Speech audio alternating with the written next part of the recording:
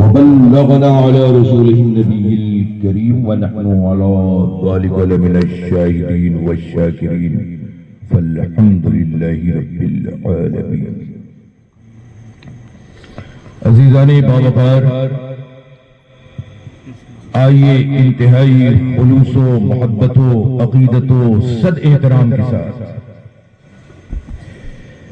اپنے اور سارے جہاں کے مرکز عقیدت جناب احمد مجتبی محمد مصطفیٰ روحی فدا صلی اللہ تعالی علیہ وسلم کے بارگاہ نور میں دل کی گہرائیوں سے درود پاک پیش کرنے کی سعادت حاصل کر لیں. پڑھیے بآواز بلند اللہم صلی علی سیدنا و سندنا و مولانا و ملجانا محمد النادر الجود والکرم وعلى آلہ وبارک وسلم.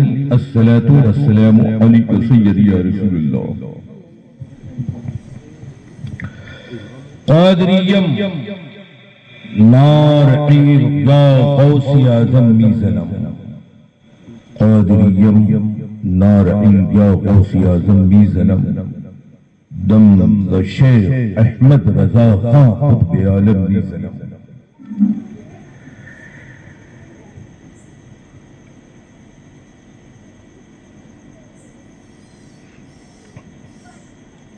نثار تیری چہل پہل پر ہزاروں عید ربیع الاول، سوائے ابلیس کے جہاں میں سبھی تو خوشیاں منا رہے ہیں.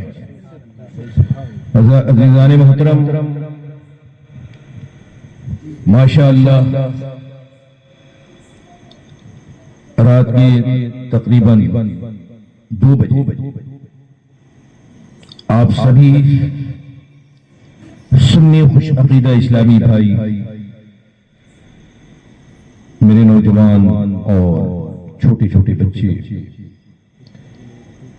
اس محفل عید میلاد النبی صلی اللہ تعالی علیہ وسلم اپنی میٹھی میٹھی نیند کو قربان کرتے ہوئے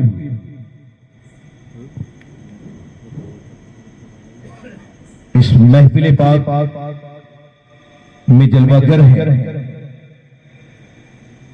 جسے آپ ہی کے علاقے کے آپ ہی سبھی نے اپنی پوری توانائی، محبتوں اور محنتوں کے ساتھ سجایا ہے.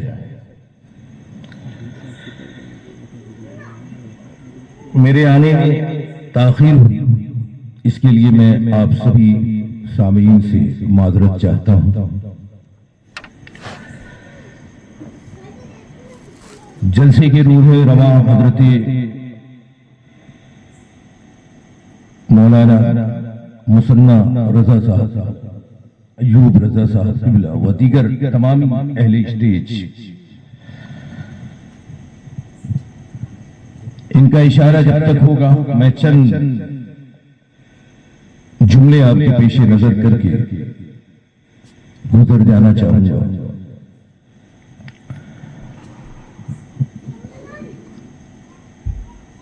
جہاں تک میں سمجھتا ہوں کہ علماء کرام کے مفید بیانات اور خطابات سے آپ تمامی سامعین محظوظ ہو چکے ہیں،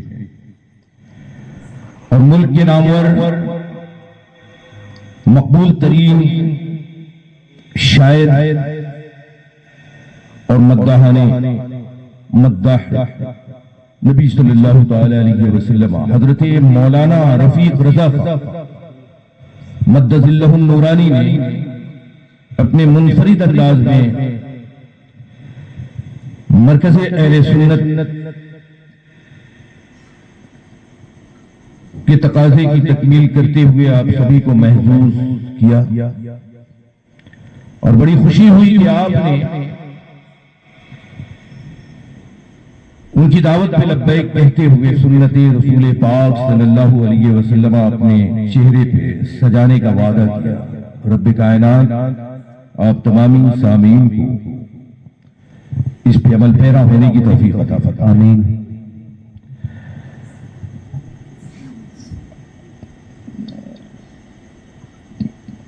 میں چند لمحے کے لیے حاضر ہوں جب تک کہ آپ سامعین ہمارا ساتھ دیں گے.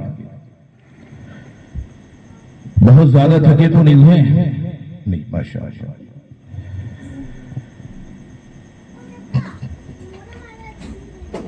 میں نے ایک بہت ہی مشہور و معروف آیت کریمہ سے خود کو مشرف کیا.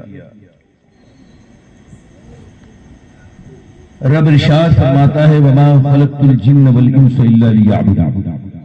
ہے نا، ہم نے انسانوں اور جناتوں کو صرف اس لیے پیدا کیا تاکہ وہ ہماری میری عبادت کریں.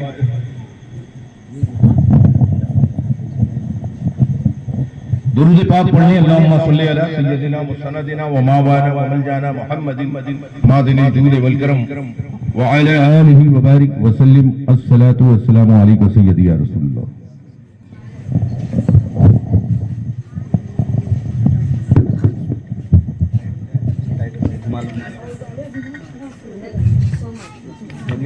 بس بس بس لائیے.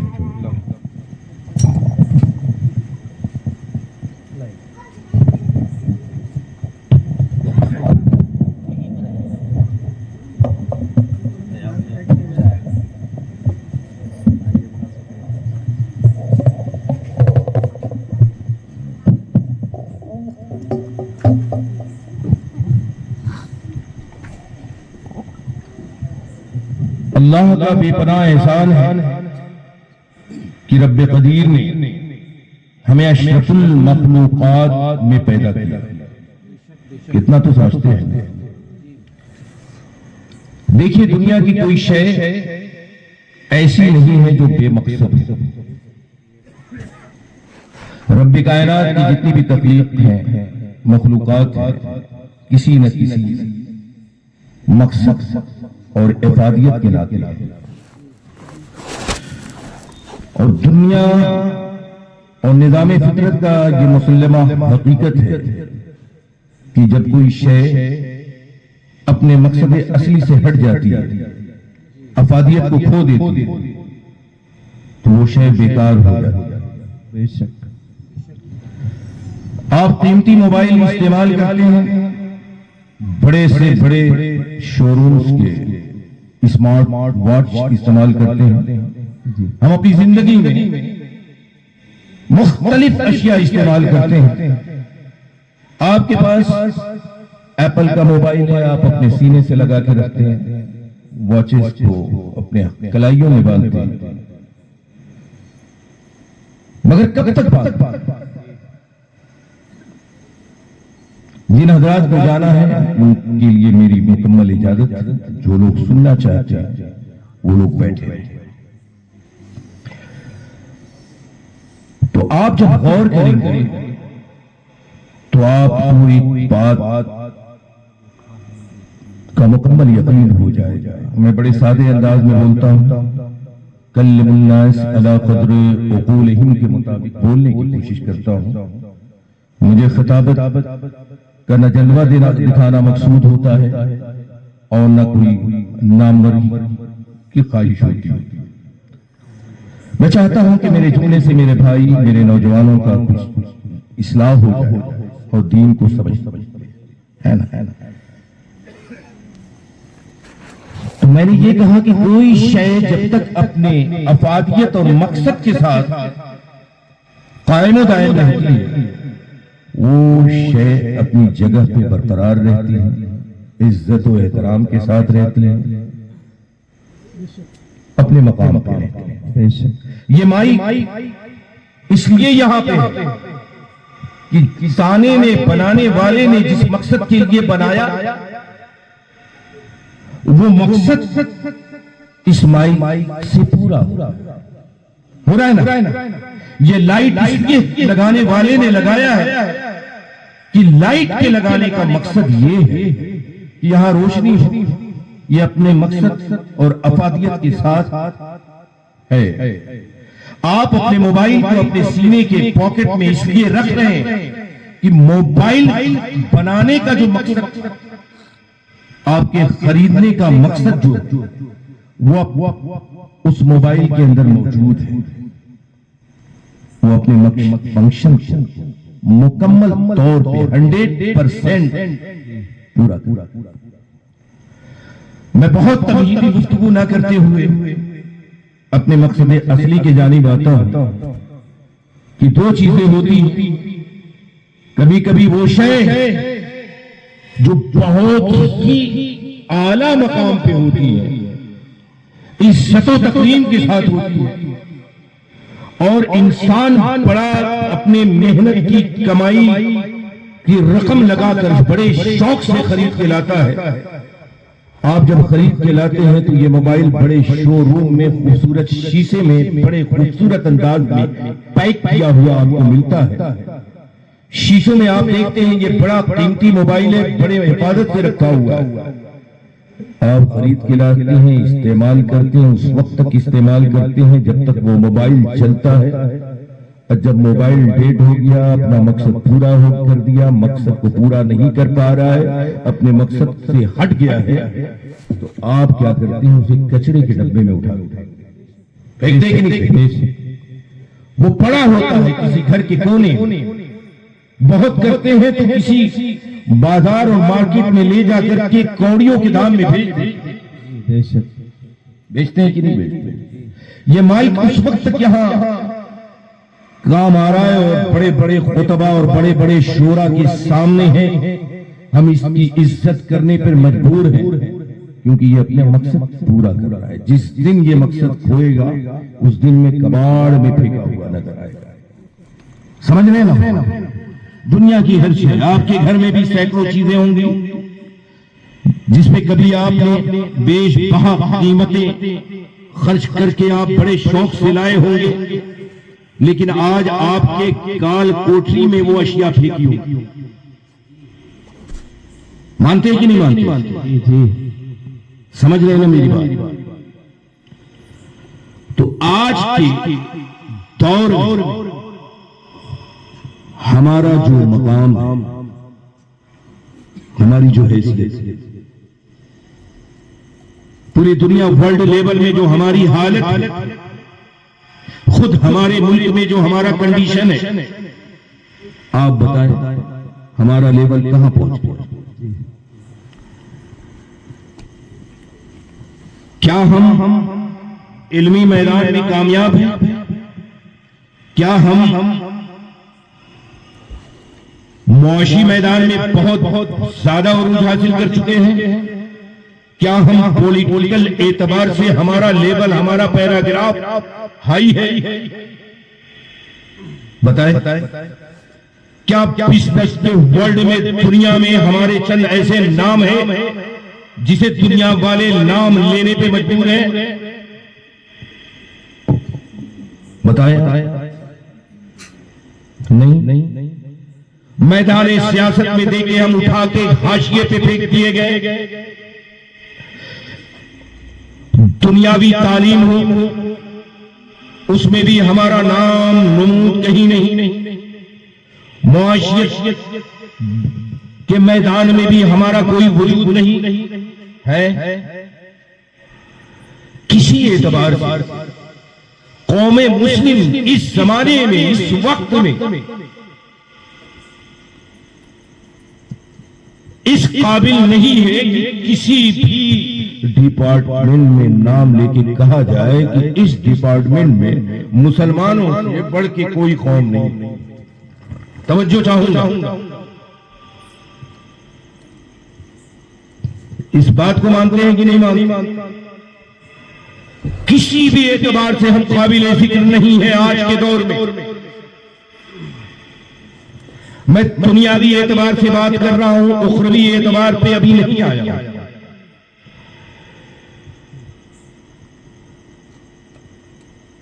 قرآن مقدسہ میں رب کائنات فرماتا ہے وَأَنْتُمُ الْأَعْلَوْنَ إِن كُنتُم مُؤْمِنِينَ، تم ہی کامیاب ہو، تم ہی سربلند ہو، کامیابی تمہارے ہی لیے ہے اگر تم بندے مومن ہو۔ بے شک بے شک قرآن مقدسہ تو ہمیں کامیابی کی ضمانت دے رہا ہے، ہمیں سکسسفل لائف کا سرٹیفکیٹ عطا فرما رہا ہے، ہم سے یہ مخاطب ہو کے کہہ رہا ہے کہ کامیابی کو ہم نے صرف تمہارے لیے بنایا ہے۔ لیکن ہم جب قرآن کی اس مقدس آیت کو دیکھتے ہیں، ہم جب اس کے مفہوم پہ نظر ڈالتے ہیں، ہمیں بڑی مایوسی ہوتی ہے۔ آخر سچ قرآن اللہ کا کلام ہے، اور اس کے ایک نقطے میں شک رکھ کرنا ایمان سے ہاتھ دھونا۔ بے شک، قرآن کا فیصلہ تو اٹل ہے نا۔ بے شک۔ تو جب قرآن کہہ رہا ہے کہ وَأَنْتُمُ الْأَعْلَوْنَ إِن كُنتُم مُؤْمِنِينَ، تم ہی کامیاب ہو اگر تم بندے مومن ہو۔ جب ہم اپنے حالات پہ نظر ڈالتے ہیں کہ اے مولا ہم تو ایمان والے ہیں، ہم تو مسلمان ہیں، ہمارے پرکھوں سے اسلام ہوتا ہوا آیا ہے، ہم تو مسلمان کے گھرانے میں پیدا ہوئے، ہمارا نام تو مسلمانوں جیسا ہے، ہم کبھی کبھی سال میں یا ہفتے میں نماز بھی پڑھ لیا کرتے ہیں، ہم تو ٹوپی لگا کے گھومتے ہیں، پڑوسی ہمیں مسلمان جانتے ہیں، دیگر قوم بھی ہمیں مسلمان کہہ کے مخاطب کرتی ہے، ہمارا نام اسلامی نام ہے، مگر مولا ہمارے گھروں میں تو قسم پرستی کا عالم ہے، ہمارے آبادیوں میں تو مایوسیوں کا عالم ہے، نہ ہم معاشرے میں ہم کامیاب لائف گزار رہے ہیں، نہ ہم معاشی طور پہ بہت زیادہ پیسے والے ہیں، نہ ایجوکیشن کی دنیا میں ہمارا کہیں نام و نشان ہے۔ اب تو عالم یہ ہو گیا ہے کہ دوسری قومیں ہم پر ایسی ٹوٹ رہی ہیں جیسے کسی مردار پہ کیا نام ہے پرندے ٹوٹا کرتے ہیں، موب لنچنگ ہماری کی جا رہی ہے، گھروں پہ بلڈوزر ہمارے چلایا جا رہا ہے، مسجدوں بلڈوز ہماری کی جا رہی ہے، آبادیاں ہماری خاکستر کی جا رہی ہے۔ یہ صرف ہمارے ملک کی حالت نہیں ہے، یہ ورلڈ لیول پہ قوم مسلم کی حالات ہے۔ بے شک۔ مانتے ہیں کہ نہیں مانتے؟ جی۔ افسوس ہوتا ہے کہ نہیں ہوتا ہے؟ آنکھوں میں کبھی کبھی خون کے آنسو ٹپک آتے ہیں۔ فلسطین کے حالات ہمارے سامنے، ہماری تعداد ورلڈ لیول پہ 24% ہے، یعنی ہر 4 آدمی میں ایک مسلمان ہے پوری دنیا میں آبادی کے لحاظ سے۔ ایک ایسی قوم جو 0.2% ہے، جسے یہودیت کے نام سے جانا جاتا ہے، جو 0.2% ہے، اس نے ہمارے فلسطینی بھائیوں کے وجود کو مٹا دیا، ان کی آبادیوں کو خاکستر کر دیا، لاکھوں ہماری ماں اور بہنوں کو بیوہ کر دیا، ہمارے لاکھوں بچوں کو یتیم کر دیا، آبادیاں سلگتی رہی۔ اس فلسطین کے اگل بگل وہ ممالک ہیں جنہیں اسلامی ملک کہا جاتا ہے، وہ رؤسائے سلطنت ہیں جن کا نام بھی مسلمان، جو مسلمان اسلامی نام ہے۔ عجیب اتفاق ہے کہ وہ عرب، وہ دبئی، وہ قطر اور سارے اسلامی ممالک بیچ میں ایک چھوٹا سا اسپیس جسے اسرائیل کہتے ہیں، اس نے وہ جسے چاہتا ہے ختم کر دیتا ہے، اتنا پاور، اتنی طاقت۔ تو ذہن میں کبھی کنفیوژن پیدا ہوتا ہے کہ نہیں ہوتا؟ میں المختصر کہنا چاہتا ہوں کہ عالمی لحاظ سے ہم کسی اعتبار سے کامیاب ہیں، کامیاب ہم اپنے ملک میں بھی کامیاب نہیں ہیں، اپنے شہر میں بھی کامیاب نہیں ہیں، اپنی آبادی میں بھی نہیں ہیں، اپنے اسٹیٹ میں بھی نہیں ہیں۔ ہمیں جہاں چاہا جاتا ہے وہاں دبوچ دیا جاتا ہے، ختم کر دیا جاتا ہے۔ اس بات کا سے اتفاق کرتے ہیں کہ نہیں؟ اگر کرتے ہیں تو ہاں بول دیں، ہاں بولے نا۔ مانتے ہیں کہ نہیں مانتے؟ کبھی آپ کے ذہن میں بھی یہ سوال پیدا ہوا ہوگا نا؟ ہمارے ہاتھوں میں الحمدللہ دامن مصطفیٰ ہے، اس نبی کے ہم امتی ہیں جو دنیا میں جس کی دنیا اور آخرت میں جس کی کوئی مثال نہیں ملتی، جو خاتم النبیین ہے۔ اب سوال یہ پیدا ہوتا ہے کہ کیا ہم شروع سے ایسے ہم 15واں سالانہ جشن عید میلاد النبی صلی اللہ تعالی علیہ وسلم منا رہے ہیں؟ بے شک۔ کیا ہمارے یہ حالات شروع سے تھے کہیں گے نہیں، ہم تو وہ تھے جو اس ملک میں خود 700 سال ہم نے حکومتیں کی ہیں، ہمارے عظمت رفتہ کی گواہی قطب مینار کی شکل میں ہے، لال قلعے کی شکل میں ہے، تاج محل کی شکل میں ہے۔ یہ کون لوگ تھے؟ یہ لوگ اسلام کے دعوے دار۔ دنیا جانتی ہے نا کہ مسلمانوں کی سلطنت پوری دنیا میں قائم کی۔ زمین کا 75% ایسا حصہ جس پہ صرف اسلامی حکومت قائم کی۔ مولا ہوا کیا کہ ہماری حکومت چلی گئی، حکومت تو گئی، اب ہم رعایا کے لائق بھی نہیں رہے، ہے نا؟ بہت شب ہو گئی، تفصیل میں نہ جا کے میں کیا کہوں گا، ماضی اٹھا کے دیکھیں، اپنی ہسٹری کو پڑھیں، اپنے وقار کو دیکھیں کہ ماضی میں ہمارا وقار کیا تھا۔ ہم وہ تھے کہ ہم مٹھی پر ہوا کرتے تھے، جب کسی علاقے میں نکل جاتے تھے تو وہاں کی سلطنتیں ہمارے قدموں میں مچلا کرتی تھی۔ بے شک اب ہوا کیا؟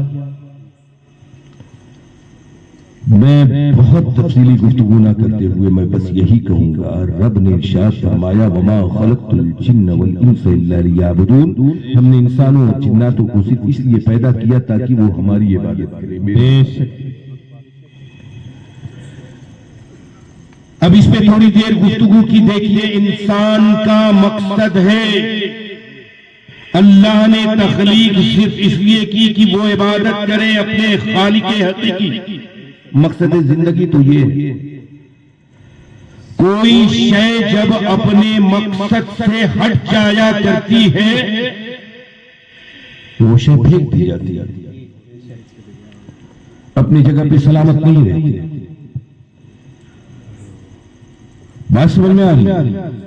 اپنے وقار کے ساتھ نہیں رہتی، اپنی تمکنت کے ساتھ نہیں رہتی، اپنی جگہ پہ قائم نہیں رہتی، شو روم کے خوبصورت شیشوں سے اٹھا کر نکال کر اسے کچرے کے ڈبے میں ڈال دیا جاتا ہے۔ اللہ نے جو سند دی ہے ہمیں فرمایا ہے وَأَنْتُمُ الْأَعْلَوْنَ إِن كُنتُم مُؤْمِنِينَ، تم ہی کامیاب ہو اگر تم بندے مومن۔ ہمیں ایماندار ہونے کا دعویٰ ہے لیکن ہم کامیاب ہیں، تو ہمیں تو دیکھنا پڑے گا نا کہ قرآن میں تو اللہ کا کرم ہے، یہ کلام ہے مولا کا، اس میں ذرہ برابر نقطے کے برابر بھی کہیں کوئی کمی اور شک کی گنجائش نہیں ہے۔ تو کامیابی کس کے لیے ہے؟ جو مومن۔ اب تو ہمیں اپنا محاسبہ کرنا پڑے گا کہ ہم کیسے ہیں۔ کیا ہم اپنے آپ کو مومن کہتے ہیں تو حقیقی طور پہ ہم مومن ہیں بھی کہ نہیں؟ یہ جائزہ لینا ہوگا کہ نہیں ہوگا؟ آخر مومن کہتے کسے ہیں؟ کیا مومن وہی ہے جو شریعت کی مخالفت کرے، جو اپنے نبی پاک جناب احمد مصطفیٰ محمد مصطفیٰ فدا صلی اللہ تعالی علیہ وسلم کی شان میں گستاخی کرے؟ کیا وہ مومن وہ ہے جو نبی کی شان میں گستاخی کرنے کے بعد بھی مومن رہے؟ کیا نبی وہ، کیا بندے مومن وہ ہے جس کا تعلق نہ دین سے ہو، نہ سنت سے ہو، نہ مذہب سے ہو؟ اللہ کے نبی صلی اللہ تعالی علیہ وسلم نے مومن کی تعریف میں فرمایا ہے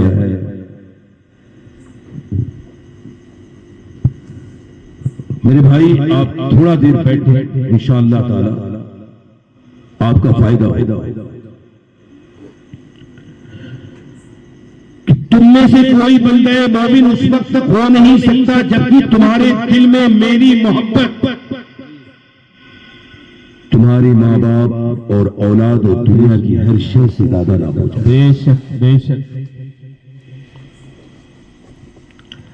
اب ہمیں جائزہ لینا ہے کہ ہمارے دل میں محبت کس کی ہے؟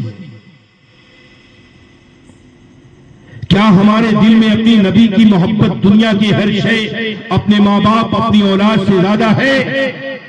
اگر ہے تو واقعی ہم مومن ہیں، اگر نہیں ہے تو ہم مومن کامل نہیں ہیں۔ اب عزیزان گرامی، اللہ نے تو فرمایا وَمَا خَلَقْتُ الْجِنَّ وَالْإِنسَ إِلَّا لِيَعْبُدُونَ، ہم نے انسانوں اور جناتوں کو صرف اس لیے پیدا کیا تاکہ ہماری عبادت کریں۔ اب ہم آپ کہیں گے کہ مولانا کیا ہم تسبیح لے کر دن رات اللہ اللہ کرتے رہیں یا مسجد میں گھس جائیں صرف نماز پڑھیں؟ کیا عبادت تب تو عبادت والے کہلائیں گے، عابد کہلائیں گے؟ یہی تو سوال پیدا ہوگا نا۔ کیا ہم دنیا کا ہر کام چھوڑ دیں؟ کیا ہم معاش چھوڑ دیں؟ کیا دنیا کے ہر مصروفیات سے اپنے آپ کو ترک کر کے اپنے آپ کو مسجد اور عبادت گاہوں میں منتقل کر لیں؟ میں کہوں گا نہیں، بات ایسی نہیں۔ عبادت کا مفہوم بہت وسیع و عریض ہے۔ عبادت تو کچھ اہم الفرائض ہیں، اہم العبادات ہیں، جیسے نماز، روزہ، حج، زکوٰۃ۔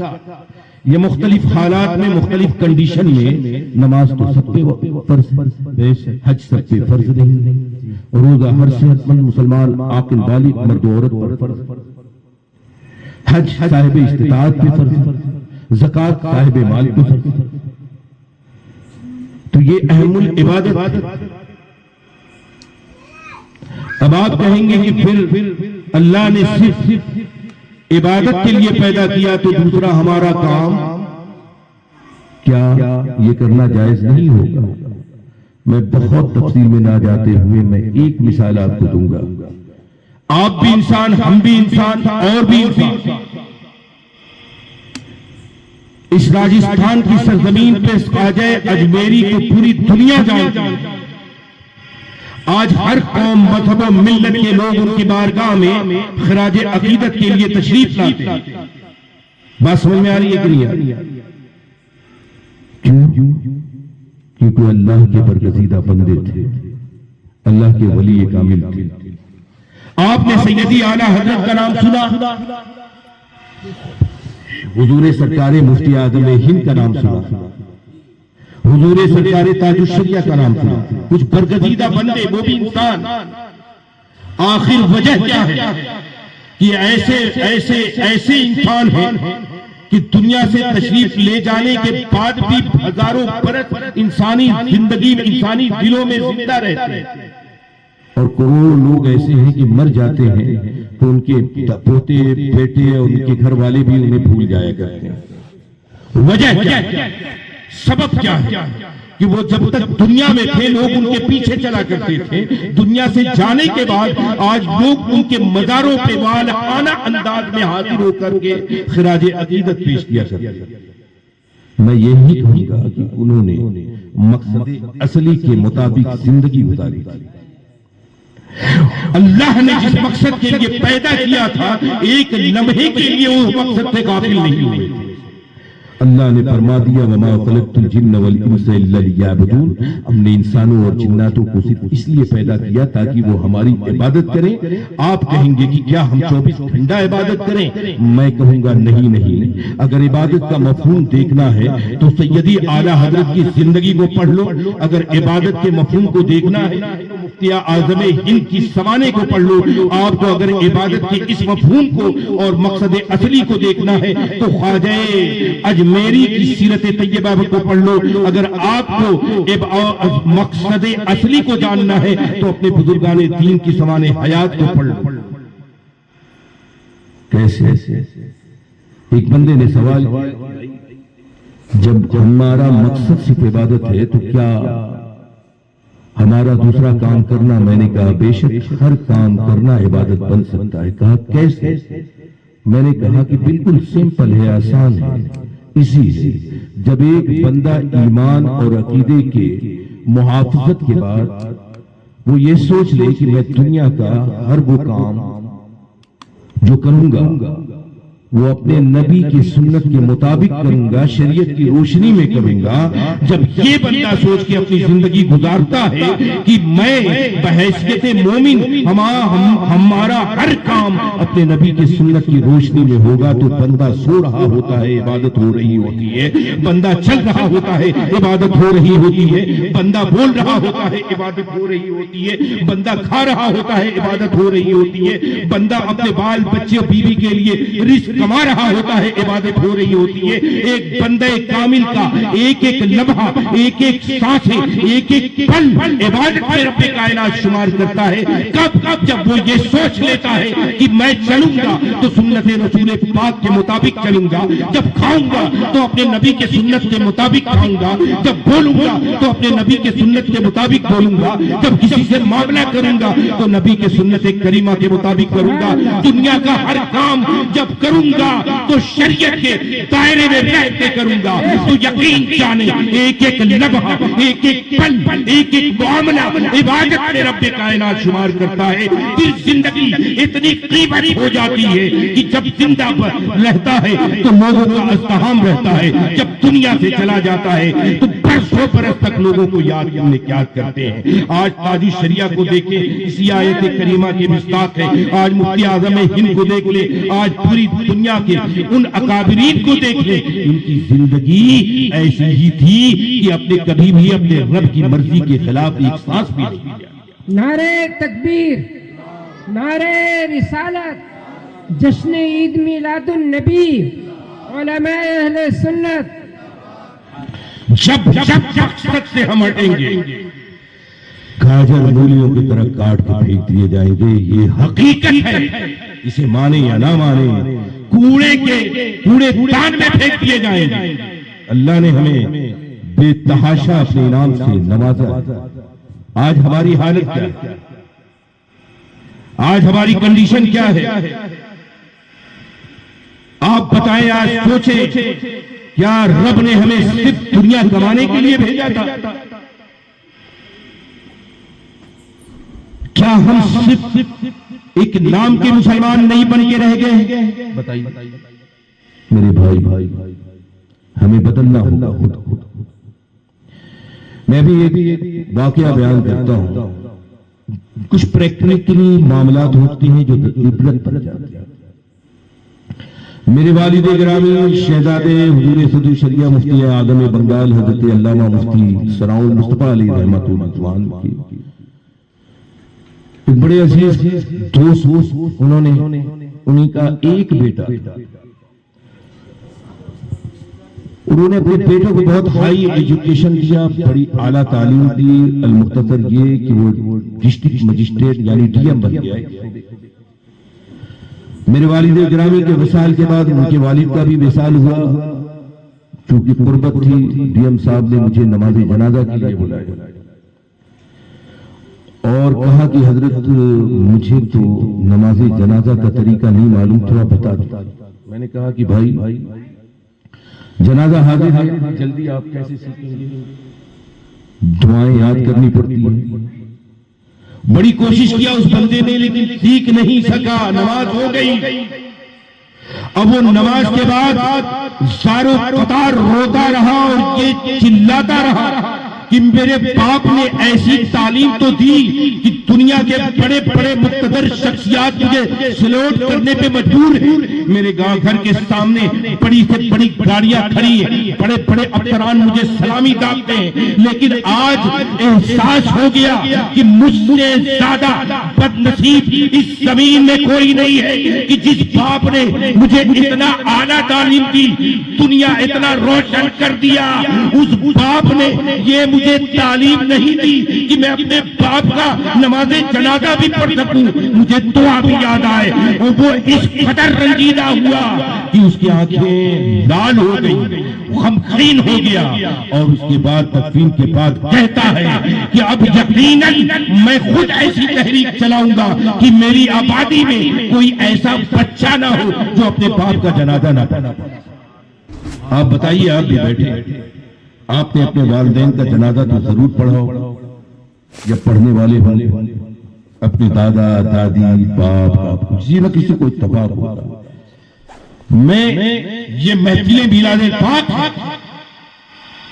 ہاتھ اٹھا دیں کتنے لوگ نماز جنازہ پڑھنے کا طریقہ معلوم ہے یا دعائیں یاد ہے؟ کوئی بندہ ہاتھ اٹھا دے جن کو یاد وہ ہاتھ اٹھا دے. بلا ہاتھ اٹھا دے. جو اسٹیج پہ آ کے اگر میں بلاؤں تو بتا دے کہ میں پڑھ سکتا ہوں. اٹھائیں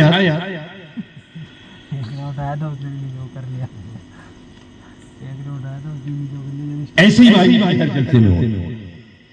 آپ خود بتائیں اس سے زیادہ انحطاطی دور ہو سکتا ہے؟ یہ سمپل ہے. سامنے جنازہ باپ کا ہے، بیٹا اس لائق نہیں کہ نماز جنازہ پڑھ سکے. کبھی دل میں یہ کسک پیدا ہوئی ہے؟ بتایا نا. احساس ہوا ہے کہ جس باپ نے ہمیں پوری زندگی کوشش کر کے ہمارے لیے روزی کمایا، دولت کمایا، ہر جائز کو جائز، جائز ناجائز ایک کر کے صرف یہ کوشش کیا کہ ہماری اولاد خوش رہے، آج افسوس کا مقام ہے کہ وہ اولاد اس قابل نہیں کہ اپنے باپ کا جنازہ پڑھ. ورنہ شریعت کا حکم ہے کہ پڑھائے کون؟ ولی پڑھائے، بڑا بیٹا پڑھائے. مانتے ہیں کہ نہیں مانتے؟ یہ سوچنے کا مقام ہے کہ نہیں ہے؟ جس ماں نے پرورش کیا، کیا ہم اس لائق ہیں کہ اس کا جب جنازہ سامنے حاضر ہو تو ہم پڑھا سکیں؟ پڑھانے کی بات تو بہت دور دراز، پڑھنے کے قابل بھی نہیں. میں پڑھنے کے قابل بھی نہیں ہے، جبکہ پڑھانا اولاد یہ امام، یہ عالم، یہ علماء کرام کی ذمہ داری نہیں، ولی کی ذمہ داری ہے. پڑھانا کس کا حق ہے؟ پڑھانا تو بہت کچھ ہوتا. ہمارا لیول اس قدر گر کہ ہم پڑھنے کے قابل نہیں. مانتے ہیں کہ نہیں مانتے؟ ارے بھائی کچھ ہاں نہ تو بول دیجئے، میں گفتگو کر رہا ہوں، کچھ ہاں تو بول دیجئے نا. تسلیم کرتے ہیں آپ اسے، اس حقیقت کو مانتے ہیں؟ بھائی مانتے ہیں کہ نہیں مانتے؟ تسلیم کرتے ہیں نا؟ افسوس کا مقام ہے کہ نہیں؟ ہمارے ماں باپ دنیا سے چلے جاتے ہیں، جنازہ بھی نہیں پڑھ پاتے،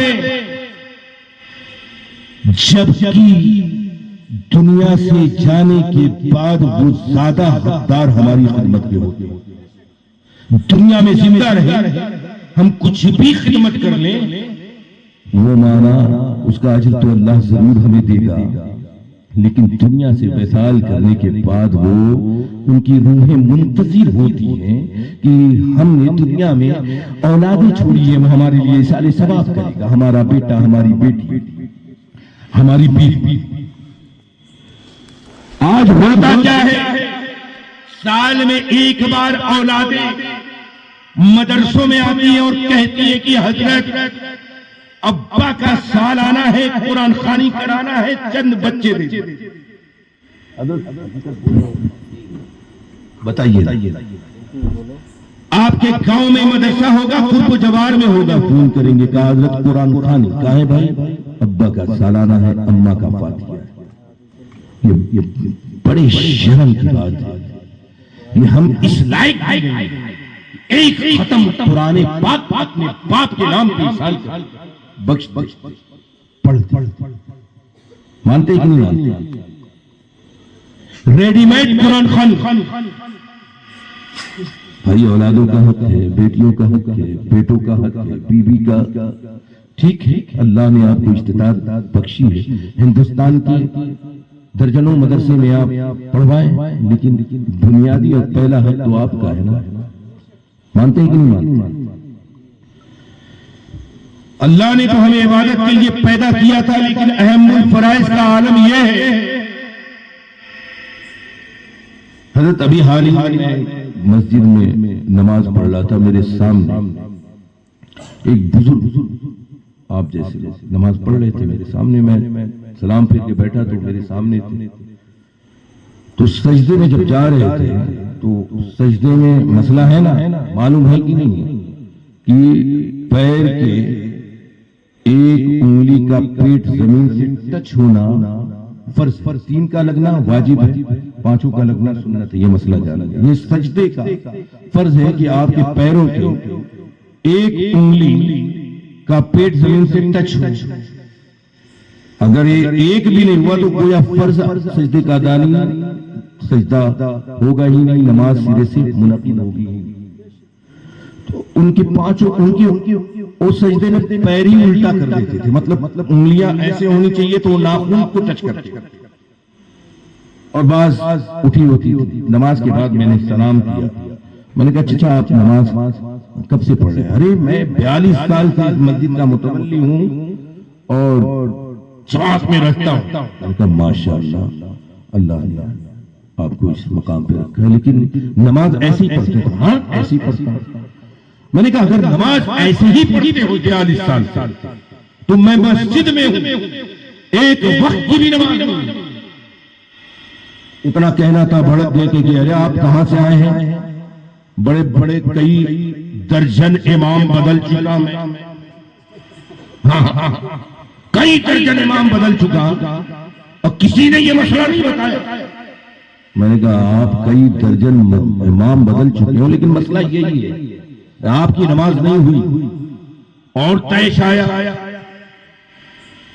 میں نے کہا آپ اسے مانے یا نہ مانے، جو من پر فرض تھا جو میں نے اپنی آنکھوں سے دیکھا ہے وہ آپ کو بتا دیا. کہا کیسے؟ میں نے کہا امام صاحب ہاں چلیے حجرے میں میں گیا. میں نے کہا امام صاحب سجدے کا طریقہ کیا بتایا. میں نے کہا آپ نے ان کو کبھی نماز پڑھتے ہوئے دیکھا؟ کہا نہیں حضرت میں تو ابھی 4 سال ہو گیا میں آئے ہوئے، نہیں ان کو نماز پڑھتے ہوئے میں تو آگے رہتا ہوں. ٹھیک ہے بھائی امام تو آگے رہتے ہیں، وہ کیا جانے پیچھے مقتدی کس کنڈیشن میں نماز پڑھنے. میں نے کہا یہ مسئلہ ان کو میں نے اس انداز میں دیکھا ہے، آپ فیصلہ کر دیجئے کہ ان کی نماز ہوئی کہ نہیں ہوئی. اب امام کیسے تائید کرے؟ میں نے کہا فتاوا کی کوئی کتاب ہو تو نکالیے. تو بیچارے بہار شریعت نکالے اور دکھایا مسئلہ. اب متولی صاحب کو بڑی پریشانی ہوئی. کہا کہ ارے ٹھیک ہے میں نے غلطی کی لیکن اللہ معاف کرے گا، قبول کرنے والا ہے. اس کیڑے کو میں آپ کے دماغ سے نکالنا چاہتا ہوں. اللہ قبول کر لے گا جیسے انجانے میں کیا. میں نے کہا بے شک اللہ تعالیٰ تو رحم کرنے والا ہے، قبول کرنے والا ہے، لیکن اللہ کے نبی صلی اللہ علیہ وسلم نے فرمایا طلب العلم فریضۃ علی کل مسلم والمسلمات، کہ بقدر ضرورت علم دین کا حاصل کرنا ہر مسلمان مردوں پر بھی فرض ہے عورتوں پر بھی فرض ہے. قرآن میں رب کائنات ارشاد فرماتا ہے فاسألوا اہل الذکر ان کنتم لا تعلمون، پوچھ لو ان لوگوں سے جو جانکار ہیں، جو اہل ذکر ہیں، جو علم رکھنے والے ہیں. دیکھیے شرعی اعتبار سے جاننا ہم پر فرض ہے. کتنا جاننا؟ بقدر ضرورت جاننا. اگر یہ دماغ میں کیڑا کاٹ رہا ہے کہ جتنا آیا ہم نے کر لیا، ادا کر لیا، تو یہ آپ بہت بڑی غلط فہمی میں ہو. قیامت کے دن ڈبل کوڑے پڑیں گے. ایک تو نہ جاننا یہ گناہ، یہ بہت بڑا جرم ہم نے کیا. دوسرا وہ عبادت. اب ماننا پڑا.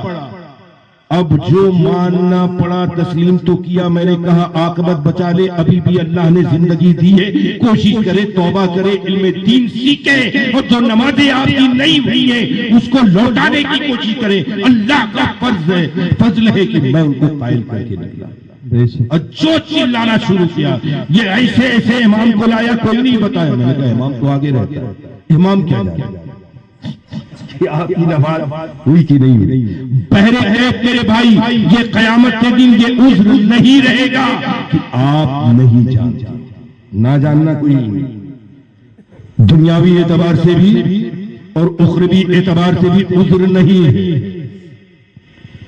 یہ ادے پور کا شہر ہے نا، آپ یا میں یا کوئی بھی ادے پور سے، میں کلکتے سے آ جائے کلکتہ جانا چاہتا، تو آپ اگر کبھی کلکتہ نہیں گئے ہیں تو آپ کیا کیا کریں گے؟ آپ اتنا بتا دیجیے مجھے.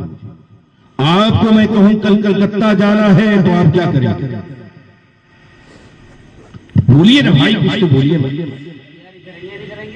تیاری کریں گے. تیاری کرنے سے پہلے معلومات کریں گے کہ نہیں کریں گے کہ کلکتہ کہاں ہے، کتنا دور ہے، کتنی کلومیٹر ہے، کتنے دیر کا سفر ہے، وہاں فلائٹ سے جائیں گے تو کہاں سے فلائٹ پکڑنی پڑے گی، کتنا فیئر ہے، ٹرین سے جائیں گے تو کیا معلومات، ایجوکیشن، نالج گین کریں گے کہ نہیں کریں گے؟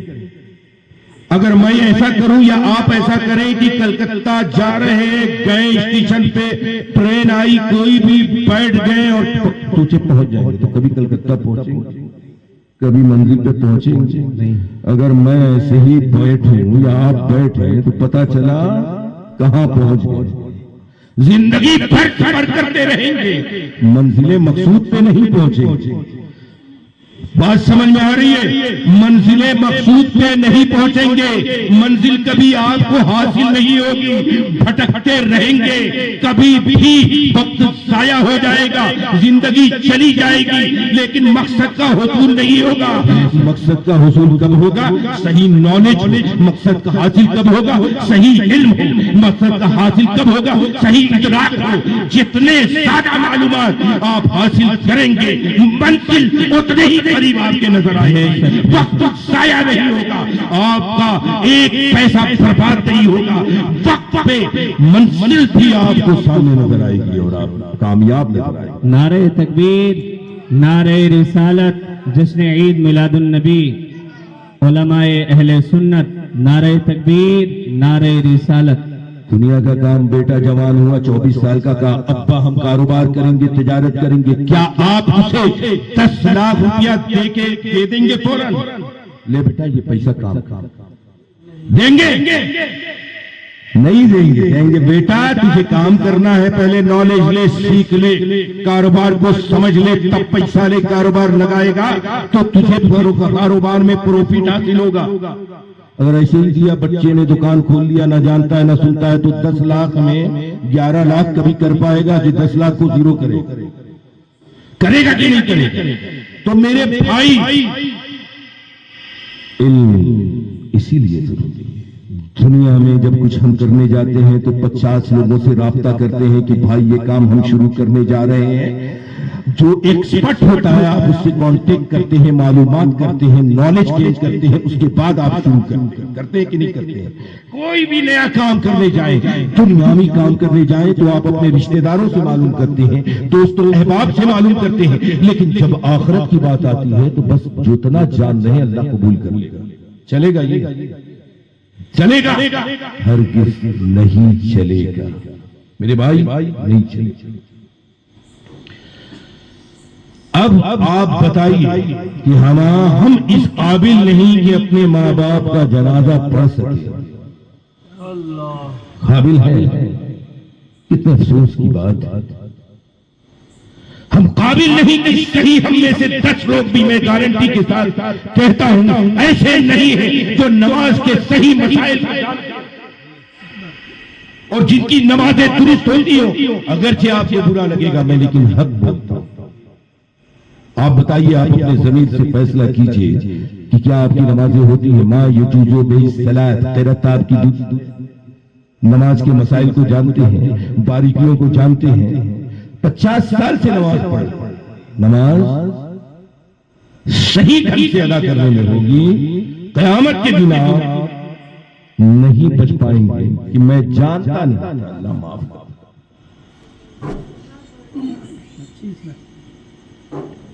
اب بتائیے،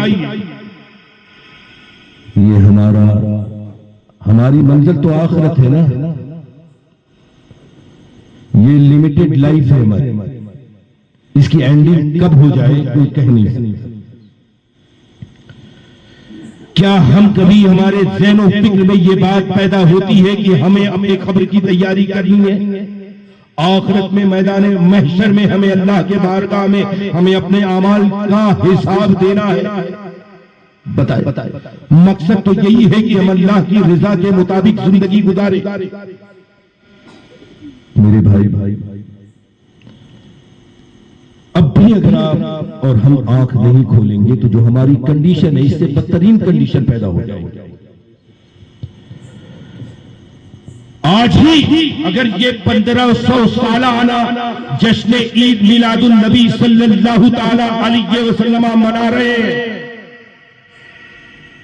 یہ طے کر کے اٹھے، یہ سوچ کے اٹھے کہ اس عید میلاد النبی میں ہم شریک ہیں، خوش قسمت ہیں کہ ہمیں اللہ نے 1500 سالانہ جشن عید میلاد النبی نصیب فرمایا، مقدر میں لکھا، ہم نے سیلیبریٹ کیا، ہم نے منایا۔ حقیقی اگر نبی کے امتی ہیں تو یہ طے کر کے اٹھے کہ ضروریات علم ہم سیکھ کے دنیا سے جائیں۔ آپ نے نہیں سیکھا ہے، نماز میں کمی ہو رہی ہے تو نماز نہیں ہوگی. نہ جاننا کوئی عذر نہیں. لیکن ایک اور مسئلہ بتا دوں کہ جس دن سے یہ عزم مسمم کر لیں گے کہ مولا جو اب تک ہوا تو معاف فرما، لیکن آج سے ہم عہد کرتے ہیں کہ علم دین مصطفیٰ سیکھیں گے اور کوشش جاری کر دیے تو جو غلطی ہوگی وہ اللہ کرتا چلا جائے. بے شک. اب بتائیے، آپ نے تو اپنے ماں باپ کے جنازے کو صحیح ڈھنگ سے نہیں پڑھا، کیا آپ کے دل میں شوق نہیں ہے کہ میں اپنے اولادوں کو اس قابل بنا دوں کہ میرا بیٹا میرا جنازہ پڑھائے؟ بتائیے، ہاتھ اٹھا دیجیے جس کے دل میں یہ شوق. آپ ہاتھ اٹھا دیجیے شوق سے. میلا محفل میلاد پاک ہے.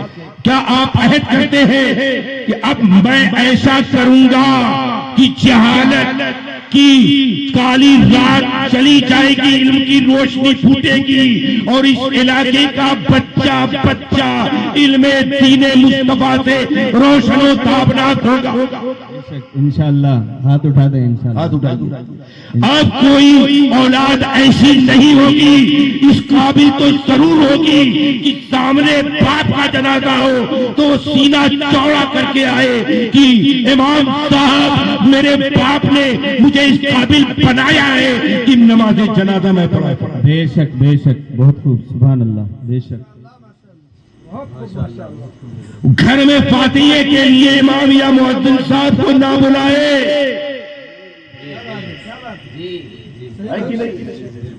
یہ امام اور مؤذن صاحب کا کام نہیں ہے. دنیا سے جب چلے جائیں ریڈی میڈ قرآن خوانی نہ کرائے، بلکہ آپ کی محبت اس قدر ہو کہ روزانہ طے کر لے کہ نماز کے بعد ہم ایک پارہ اپنے مرحومین کے نام. بے شک. سبحان اللہ. سبحان اللہ. بے شک. انشاءاللہ. عزیزان علم دین مصطفیٰ پر ایک واقعہ حقیقت ہے. دمشق کا نام سنا ہوگا، وہاں پہ ایک قبرستان ہے جو بہت بڑا وسیع و عریض. اس میں بڑے شہداء کے بھی مزارات ہیں، بزرگان دین کے بھی مزارات ہیں، انبیاء کے بھی مزارات ہیں. اس کا ایک حقیقی واقعہ میں آپ کے سامنے پیش کروں. وقت ہے نا حضرت؟